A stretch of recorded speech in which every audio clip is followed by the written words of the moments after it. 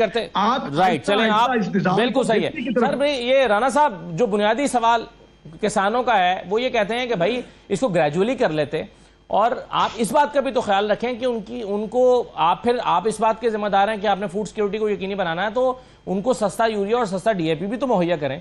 और दूसरा ये है कि कल को अगर आपको इंपोर्ट करना पड़ती है, किसान गंदम उगाना बंद कर देते हैं, तो भी तो कीमती ज़र मुबादला बाहर जाएगा, वो भी तो मुल्क का एक नुकसान ही है। ये पहलू क्या हुकूमत ने सोचा है? देखिए, मैंने तो आपको बताया कि अगर हमारी यील्ड्स जो हैं, जो कि अब दुनिया की एवरेज से आधी भी नहीं है, और उसकी मेजर वजह जो मुझे, देखें मैं कोई एग्रीकल्चर का एक्सपर्ट नहीं हूं, लेकिन जितना मुझे नॉलेज है मैं उसके मुताबिक जवाब दे रहा हूं कि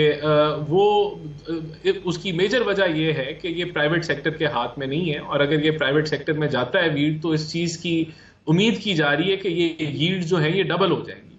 तो फिर तो आपके पास वाफद गंदम होगी लॉन्ग टर्म में, जो आपको इंपोर्ट नहीं करनी पड़ेगी।